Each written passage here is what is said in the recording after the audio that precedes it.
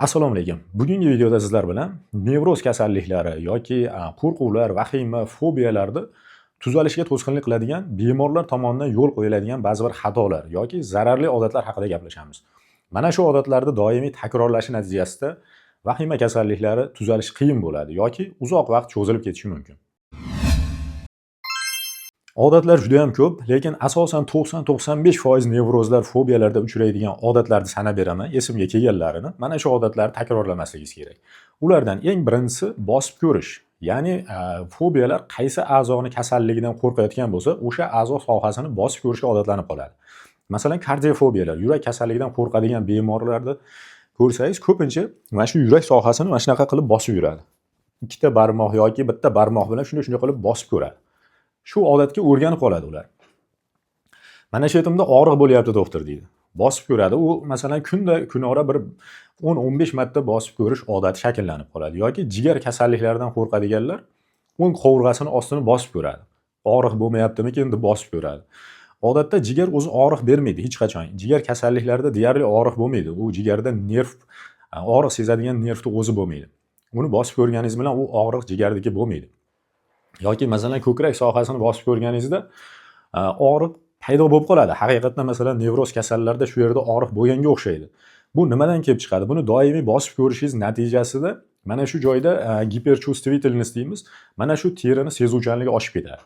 Uni doimiy bosib ko'rganingiz bilan mana shu joyda og'riqni o'zi miya hosil qiladi. Endi masalan yurak kasali bilan bog'laydigan bo'lsak, masalan bemor kelganda so'raymiz. Atay so'rab ko'ramiz, yurak kasalimi yoki boshqa kasalmi aniqlash uchun og'riq joyini qo'lingiz bilan ko'rsating deymiz. Nevroz kasallar, ya'ni fobiyalar, yurakdan qo'rqadigan bemorlar odatda mana shunday qilib bosib ko'radi. Barmoqni uchi bilan mana shunaqa qilib aniq joyini bilmaydi. Haqiqiy yurak kasalliklari beshala barmoq bilan qo'lni mana shunday ko'krak sohasiga qo'yadi. Mana shu joyimda kuyishga o'xshagan achish hosil bo'lyapti doktor deb aytadi haqiqiy yurak kasalliklari. Lekin nevrozlar odatda mana shunaqa qilib bosib ko'radi. Endi masalan mantiqan o'ylab qaraydigan bo'lsak, yurak qayerda joylashgan? Yurakni mana bu sohada teri bor. Terining tagida odamda semiz ozg'inligiga qarab yarim santimetr yog' qavati bor. Uni ostida muskul qavat bor 1 santimetr. Uni tagida 1 santimetrlik ko'krak qafasi, ya'ni qovurg'alar bor. Ya'ni yurakda shunchalik kuchli himoyasi bor. Uni ichida yana 2-3 santimetr keladigan o'pka joylashgan. Va o'pkani orasida o'rtada yurak joylashadi. Yurak odatda to'shni ostida joylashadi. Uni bir qismi chap tomonga qaragan bo'ladi. Shuning uchun chapda deb o'ylaydi. Endi siz o'ylab ko'ring, buni shunday bosib ko'rganingiz bilan yurakka yetib boradi deb o'ylaysizmi bu og'riq? Masalan, avariyalar, travmalarda odatda deyarli yurakka jarohat yetmaydi. Masalan, qovurg'asi sinishi mumkin, boshqa bo'lishi mumkin, yo o'mrovi sinishi mumkin. Lekin hech qachon yurakka jarohat yetmaydi deyarli travmalarda. Bu nima uchun? Bu oddiygina bosib ko'rish bilan yurakka sizni qo'lingiz yetib bora olmaydi. U yurak juda ichkarida joylashgan, juda himoya bilan joylashgan. Shuning uchun maslahatim bu odatingizni tashlang. Keyingi odat ko'p uchraydigan pulsni sanamang. Masalan, nevrozlar, vahima holatlari ko'proq puls sanashga ko'proq qiziqishadi. Ya'ni kechqurun uxlab yotganda yostiqqa bolishiga qulog'ini qo'yib sanab yotadi. Yurak ritmini yoki qo'l bilan sanaydi yoki yurak sohasiga qo'lini qo'yib sanab yurgan holatlari ko'p uchraydi. Ba'zan shunaqa bemorlar bo'ladiki, puls oksimetr deymiz, hali Covid vaqtida hamma ishlatgan, qo'lga barmoqqa tiqib turib pulsni o'lchaydigan, o'shanaqa olib yuradigan kasallar ham bor. Bu narsa faqat sizga zarar keltiradi. Uni o'lchaganingiz bilan hech qanday ma'lumot ola olmaysiz. Uni iloji bo'lsa uyingizdagilarga yoki hamshiraga ham o'lchatmang. Juda o'lchatgingiz kelsa, faqat shifokorga o'lchatishingiz mumkin. Shifokor sizga aniq tavsiya bera oladi. Bu odatni ham tashlash kerak. Keyingisi qon bosimini o'lchatish. Ko'p bemorlar qon bosimidan xavotirga tushadigan bemorlar bir kunda 10-15 marta, hatto 20 martagacha qon bosimini o'lchatishadi. Bu ham xato narsa. Qon bosimi kun davomida o'tgan safar aytib o'tganimdek bir necha marta o'zgaradi. 140-145 gacha ham ko'tariladi. Pasti 70, masalan 90 ga 60 gacha ham pastlaydi. Kun davomida shunaqa o'ynab turadi qon bosimi. Bu sizning holatingizga bog'liq. Agar sizga qon bosimi deb tashxis qo'yilgan bo'lsa, unda boshqa gap. Agar siz nevroz yoki vahima, NSD, VSD kabi diagnozlaringiz bo'lsa, unda qon bosimini mustaqil o'lchash to'xtating. Keyingi yana bir zararli odat YouTube'dan videolarni ko'rish. Aynan tibbiyotga aloqador videolarni YouTube'dan ko'p ko'rmang. Masalan, bemorni ko'ramiz, YouTube'ingizni ochib beringchi deb ko'rilganda nevroz bemorlarga YouTube'ga kirsangiz hamma shifokorlarga podpiska bo'lgan. Hop buna bo'lgan. Ya'ni hamma og'ir kasalliklar belgilarini to'liq o'rganib chiqqan. Va natijada vahima yana ham kuchayadi. Chunki o'zingizdagi belgi bu bir nechta kasalda uchrashi mumkin. Sizdagi belgi yurak kasalida ham, nevrozda ham uchrashi mumkin. Siz uni doim xavfli tomonini o'ylashingiz mumkin. YouTube'dan ko'radigan bo'lsangiz, faqat psixolog, psixoterapevt, nevropatologlarda aynan nevroz, fobiyalar haqidagi videolarni ko'rishingiz mumkin. Ularda sizga foydasi bo'ladi. Chunki vahima haqida ma'lumotlarni olishingiz bu kasallikni yengishingizga oson bo'ladi. Lekin siz masalan o'zimning kanallarimda ham bor, infarkt, insult, jigar sirrozi shunga o'xshagan videolar haqida umuman ko'rmang. Ular haqida ma'lumot yig'mang. Bu sizni tuzalishingizga qarshilik qiladi.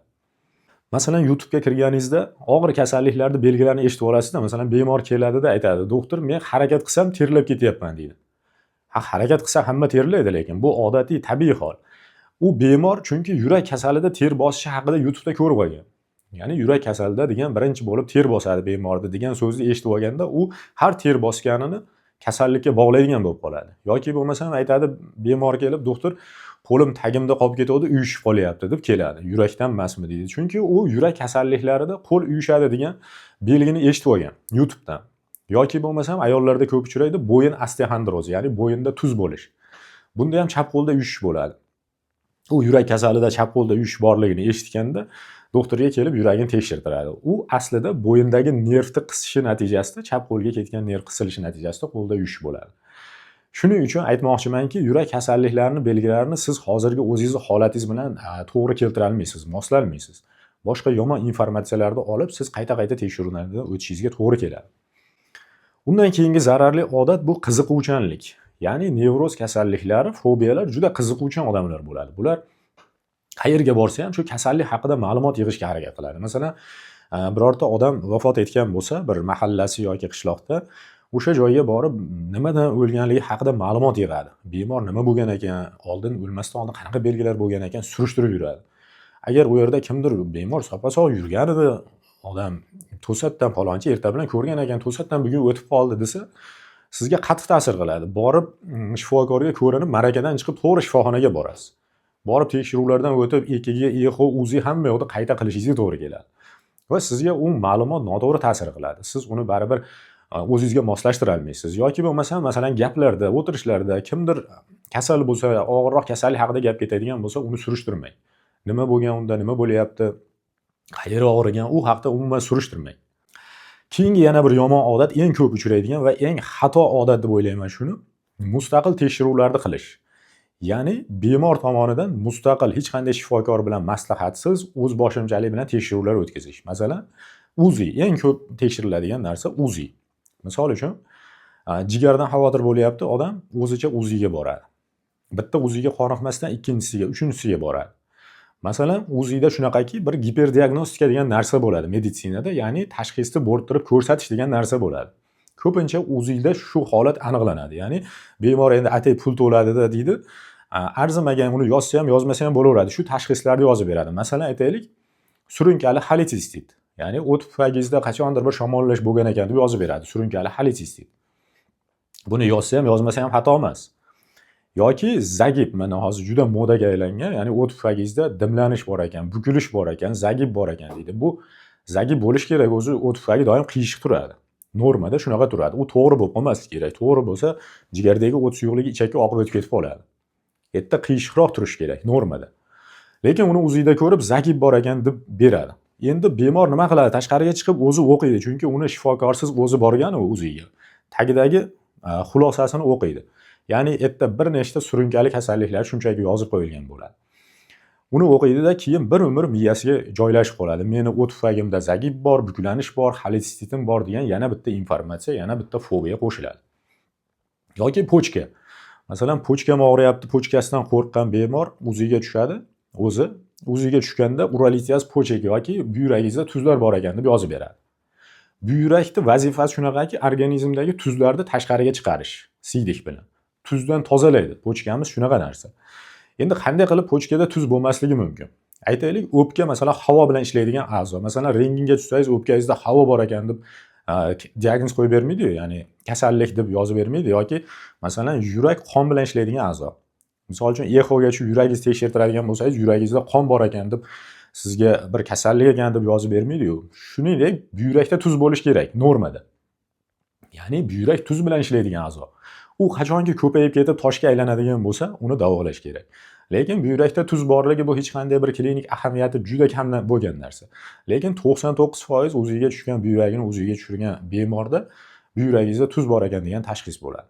Mana shu narsalar bu tibbiyot nuqtai nazaridan, ya'ni vrachlarning oldida bu hech qanday klinik ahamiyatga ega bo'lmagan narsa. Lekin vahima kasal uchun bu juda katta narsa. Bu bir umr miyasiga moslashtirib oladi. Masalan aytaylik, yana bir misol, buqoq bor ekan deb o'ylaydi. Ko'pincha vahima kasalliklarida tomoqda ko'mka bo'ladi. Mana shu bir narsa turgandek bo'ladi, tiqilib turaveradi. Aqayam baqayam o'tmaydi, yo'talsa ham chiqmaydi. Mana shu turib oladi. Bu narsani ko'pincha ichki buqog'im bor deb o'ylaydi bemor o'zi. Mana shunda nimadir turibdi deydi-da, o'ziga tushadi. O'zi ham shunday ko'radida, bitta tashxis qo'yib beraveradi. Shunchaki diffuzniy увеличение щитовидной железы deb yozib beradi yoki buqoqda, ya'ni qalqonsimon bezda diffuz kattalash. Ozgina yarim santimetr kattalashgan bo'lsa ham shunaqa deb yozib beraveradi. Bu narsa masalan yo'l yetishmovchiligidan oddiy narsa bo'lishi mumkin. Buni hech qanday bir katta bir fojia yasamas kerak bundan. Oddiy bitta yodamarin tabletka ichiradi xolos. Lekin ko'pincha o'ziga tushish natijasida keyin u bemorning miyasiga yana bitta fobiya quyilib qoladi. Ya'ni qayerga doktorga borsa, doktor meni buqog'im bor, shunga qarab dori yozing, u bu deydi. Yoki kardiogramma. Masalan, yurakdan qo'rqadigan bemorlar juda ko'p kardiogramma qildiriladi. Bir oyda masalan 10 marta, 20 martagacha kardiogramma qilgan, yuragini holter qildirgan, echo qildirgan bemorlar ham juda ko'p.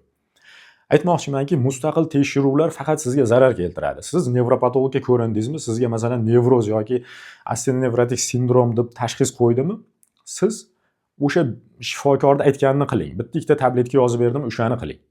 Undan keyingi yana bitta xatolardan biri doktorni shifokorni tez-tez almashtirish. Bular nevrozlarga xos xususiyat. Bu odatdan yomon. Ya'ni siz bitta nevropatologga ko'rindingiz yoki birinchi kardiologga ko'rindingiz, yurakdan xavotirdasiz. Kardiolog ko'rdida, EKG qildi, echo qildi, yaxshi chiqdi. Ya'ni sizni kasalingiz nervdan, asabdan dedida, siz nevropatologga kirgizdi. Siz nevropatologga kirdingiz. Nevropatolog ko'rdida sizga 2 dona tabletka yozib berdi. Shuni 3 oy ichib yana qaytib kelasiz dedi. Lekin siz unga ishonmayapsiz. Yurakdan yana bir xavotirdasiz. Yana bitta boshqa kardiologga ko'rinasiz. U ham ko'radida sizni yaxshi deydi. Endi siz xususiy klinikaga kirib qolishingiz mumkin. Masalan, men bekka ham kirib ko'rinaychi deb turib, xususiy klinikaga kirdingiz. Xususiy klinikaga kirganingizda masalan shifokor kirishingiz bilan eshikdan kirganingizda sizni nevrozligingizni bilib bo'ladi u. Ya'ni sizni vazningizdan, yoshingizdan, holatingizdan sizni nevrozligingizni bilib bo'ladi. Nevroz kasalliklari yana shu juda obrazli qilib tasvirlaydi o'zidagi shikoyatlarni. Birorta belgi qolib ketmasin, doktor menga aniq tashxis qo'ya olmay qolmasin deb juda obrazli qilib tasvirlaydi belgilarini. Ya'ni juda vahima bilan gapiradi. Har bitta belgiga sinchkovlik bilan e'tibor beradi. Masalan, barmog'im uyushyapti doktor, tizzam muzlayapti, orqam qichishyapti. Shunaqa belgilargacha aytadi doktorga. U doktor eshitib o'tiradi oxirigacha. U nevrozligini 100% bilib bo'ladi. Keyin mayli bitta EKG echo qildirib chiqing deydi, qildirib chiqadi. EKGni ko'radida ba'zi holatlarda endi afsuski shunaqa holatlar ham uchraydi. Ya'ni xususiy klinikalar aynan vahima fobiyalarning rivojlanishiga qaysidir ma'noda hissasini qo'shyapti desak ham to'g'ri bo'ladi. Doktor ko'radida EKGni qarab turib, kasalni jichi o'tkazib yuboribsiz yoki bo'lmasa yurakda ancha quvvatini oldirib qo'yibsiz deyishi mumkin. Keyin siz nima qilasiz? Siz o'zi shunga shubha qilib turibsiz u. Ya'ni miyangiz shu narsaga juda moslashib turibdi, tayyor bo'lib turibdi. Keyin siz o'ylaysizda, ya'ni doktor meni tashxisimni topdi, mana yurakdan ekan u, aniq men bo'lsam asabdan deb nevropatologga ko'rinib yuribman deysizda, 10 kun yotasiz. Yotib davolaymiz deyiladi. 10 kun yotasiz. 10 kun zo'r bo'lib qolasiz. Chunki siz больницада yotibsiz, shifokor yoningizda, siz maza qilib yotasiz. 10 kun hech qanaqa vahima bosmaydi sizni. Keyin siz kasallar bilan gaplashasiz, har xil kasallar ko'rasiz, og'ir kasallar, unisi bunisi bilan gaplashib 10 kun davomida yaxshi yotasiz, keyin uyga chiqib ketasiz. Uyga borganingizda 1 hafta o'tar, 10 kun o'tar, 1 oy o'tar, sizda yana shu joylaringizda og'riq paydo bo'ladi. Qandaydir bir xabardan keyin sizda yana fobiya boshlanadi. Siz больницаdan tuzalib chiqib ketasiz, lekin bir olam informatsiya bilan chiqib ketasiz. Miyangizga bir olam kasalliklarni informatsiyasini singdirib chiqib ketasiz. Keyin 1 oydan keyin sizni vahima bossa, больницада yotmasingizdan oldingichalik oddiy bosmaydi. Keyingi safar sizda kuchliroq vahima bo'ladi. Chunki siz ancha-muncha ma'lumotni yig'ib qo'ydingiz kasalliklar haqida. Ya'ni yoningizda gaplashgan odamingiz, o'sha больницada birga yotgan odam infarkt bo'lgan bo'lishi mumkin, boshqa kasal. Siz o'shalarga yana ham qo'rqib qolasizda, keyin yana boshqa doktorga borasiz. Shunaqa qilib doktorni almashtirish natijasida bu kasallik tuzalmaydi. Naborot, qaytaga ko'proq zarar ko'rasiz.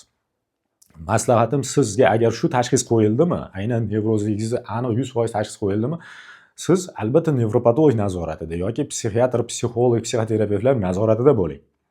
Masalan, uni boshqa doktorlarga borishingiz faqat kasalligingizni zo'rayishiga sabab bo'ladi. Shu odatingizni tashlang. Undan keyingisi yo'riqnomani o'qish. Masalan, dorini yo'riqnomasini o'qish odati ko'p nevrozlarda bor. Ayniqsa farmakofobiya deymiz, aynan dorilardan qo'rqish kasali bor bemorlarda bu narsa ko'p uchraydi. Agar sizga dorini nevropatolog, psixolog yozgan bo'lsa, psixiatr yozgan bo'lsa, tabletkani asosan, uni yo'riqnomasini o'qimang. Agar yo'riqnomasini o'qiydigan bo'lsangiz, albatta u joyda nojo'ya ta'siri degan joyga yo bosh aylanishi, yoki uyqusizlik, yoki bo'shashish, uyquchanlik, transport boshqarib bo'lmaslik holatlari haqida yozilgan bo'ladi. Uni siz o'qimang. Chunki nimani o'qisangiz o'sha joyda, chunki sizning miyangiz negativ fikrlarga juda ochiq bo'ladi. Tezda singdirib oladi. Uni o'qimasdan o'sha dorini 3 oy davomida ichingda yana qaytib doktorga boring. Chunki doktor sizga aniq boshqa holatlaringizni hisobga olib, umumiy holatingiz bo'yicha dori yozadi. Uni qachon o'qish kerak? Qachonki masalan odamlar mustaqil o'zi aptekadan borib oladigan ukollar bor. Oddiy masalan kalsiy glyukonat, metrit, riasorbilay, glyukoza, askarbinka, piratsetam degan dorilar bor. Buni odamlar o'zlari tashxis qo'yib aptekadan olishadi. Ularda albatta yo'riqnomasini o'qing, chunki sizni shifokor baholamayapti holatingizni. Siz o'zingiz tashxis qo'yib, o'zingizga o'zingiz lecheniya yozyapsiz. Uni albatta o'qib oling, chunki bir zararli birorta kasallingizga zarar qilayotgan bo'lishi mumkin, uni o'zingiz bilasiz. Yoki masalan, farmatsevt xodim tomonidan, aptekachi tomonidan sizga dori tavsiya qilingan bo'lsa, mana shuni ichib oling, yaxshi bo'lib ketasiz deyilgan bo'lsa, uni albatta o'qing, chunki sizni farmatsevt umuman sizni holatingizni bilmaydi. Uni albatta o'qib ichish tavsiya qilinadi. Lekin sizga shifokor yozdimi, uni bemalol olishingiz mumkin. Agar proba bilan deyilgan bo'lsa, albatta masalan antibiotiklar bilan qon ko'paytiruvchi temir preparatlar albatta allergiyaga ehtimolligi bor. Ular birinchisi statsionar sharoitda proba yordamida qilinadi va qolgani uy sharoitida olish mumkin. Uni shifokoringiz albatta sizga tushuntiradi. Keyingisi spirtli ichimlik. Ko'proq erkaklarga xos. Spirtli ichimlikni masalan 7-8 yil uzoq muddat surunkali ichish bu fobiyaga olib keladi. Nevrozga sabab bo'ladi. Hattoki alkogolni deliriy deydi, oxirgi davrlarida ruhiy buzilishgacha sabab bo'lishi mumkin. Masalan, ko'ziga har xil narsalar ko'rinib, gallyutsinatsiyalar bo'lishi mumkin. Masalan, uzoq muddat spirtli ichimlikdan keyin fobiya rivojlanadigan bo'lsa, ko'pincha bemorlar shu 100 gram aroqni ichib, masalan, spirtli ichimlikni ichib, shu vahimadan qutulaman deb o'ylaydi. Ya'ni o'sha vaqtda yarim soat, 1 soat, ya'ni o'sha kayf qilish holati tugaguncha vahima yo'qoladi bu bemorlar. Shuning uchun mana shu narsa bilan yengishga harakat qiladi. Eng yomon usul mana shu hisoblanadi. Chunki o'zi bu kasallik u odamda spirtli ichimlik natijasida kelib chiqyapti. Ya'ni spirtli ichimlik shundayki, miyadagi xotirjamlik gormonlari, ya'ni dopaminlar, serotoninlarni parchalab yuboradi. 100 gram ichganda yarim soat, 1 soatgacha o'sha serotoninlar chiqib turadi, dopaminlar. Lekin u narsani ta'siri tugashi bilan yana qayta vahima kuchayadi. Hech qachon spirtli ichimlikka bog'lanib vahimadan qutulaman demang. Bu eng yomon usul, hattoki ruhiy kasallikkacha sabab bo'ladi agar shu usulda davom etadigan bo'lsangiz. Bu odatingizni tashlang. Albatta spirtli ichimlikni to'xtatasiz, dorilarga o'tasiz. Tabletkalar yordamida bu narsa asta-sekin joyiga keladi. Yoki bo'lmasam oynaga qarash. Bu ham vahima kasalliklarda ko'p uchraydi. Oynaga qarab qaysi a'zodan xavotirga tushadigan bo'lsa, oynaga qarab turib o'sha a'zoni kuzatadi. Ya'ni masalan aytaylik, buyrakdan xavotirda u eshitganki, buyrakda ko'zlarda tagida shish bo'ladi. Har kuni erta bilan turib oynaga qaraydi. Ya'ni ko'zim tayi shishganmikin, shishmaganmikin yoki rangiga qaraydi. Misol uchun onkologik xastaliklarda odamda rangi oqarib ketadigan yoki ozib ketar ekan deb o'ylaydi-da, tinimsiz tarozida tortib ko'radi o'zini. Masalan, 1 kilo ozib qolgan bo'lsa, tezda shubhaga tushib, menda onkologiya boshlanmadimikin, kanserofobiya deymiz, shunaqa deyishadi. Yoki terisini rangiga qarab, rangim sal oqarib qoldi-ya, birorta xastalik boshlanmadimikin deydi. Yoki tomog'iga tiqilaversa, shu tomoqda qandaydir bir rak bo'lib qolmadimikin deb turib, og'zini katta ochib, shu oxirigacha telefonni yoqib turib, tomog'ini ko'radigan holatlar uchraydi. Mana shu odatlar hammasi vahima kasalligini zo'riqishiga va tuzalishini qiyinlashiga sabab bo'ladi. Ilojini boricha mana shu odatlarda bittasi yoki sizda bir nechtasi uchraydigan bo'lsa, 40 kun davomida shu odatlarni qilmang. Har qanday odat shakllanish uchun ham, u odatni yo'qolish uchun ham odatda 40 kun vaqt ketadi. bitta odat shakllantirish uchun 40 kun shuni qilsangiz, u avtomatik miyangizga moslashadi. Agar shuni qilmaslikni tashlayman deb 40 kun harakat qilsangiz, o'z-o'zidan bu odat sizni tark etadi. Mana shu narsalarga e'tibor bering va mana shular natijasida vahima holatlari sizda tezroq o'tib ketadi. Men endi asosan esimga tushganlari, ko'p kuzatganlarimiz haqida gapirdim. Agar esimdan chiqqanlari bo'lsa yoki sizda qandaydir bir zararli odatlar bo'lsa, aynan shu kasallikda doimiy miyangizga yopishib qolgan yopishqoq fikrlar bo'ladigan bo'lsa, izohlarda yozib qo'ying. Bu hammamiz uchun ham foydali bo'lishi mumkin. Agar mavzu sizga ma'qul kelgan bo'lsa, kanalga a'zo bo'ling. Biror savolingiz bo'lsa, izohlarda yozib qoldiring.